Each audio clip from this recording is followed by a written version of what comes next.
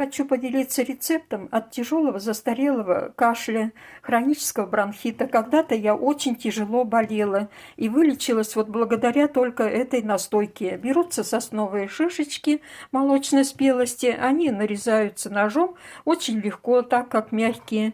Затем закладываются вот в бутылку, можно в банку, и заливаются водкой или самогоном.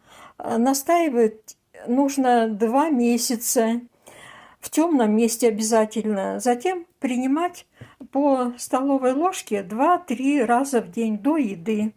Я тогда только благодаря вот этому рецепту вылечилась. У меня прошел кашель буквально через дней 10. И по ночам я перестала задыхаться от нехватки воздуха. У кого-то будут, если вопросы, задавайте, я в комментариях очень все подробно отвечу.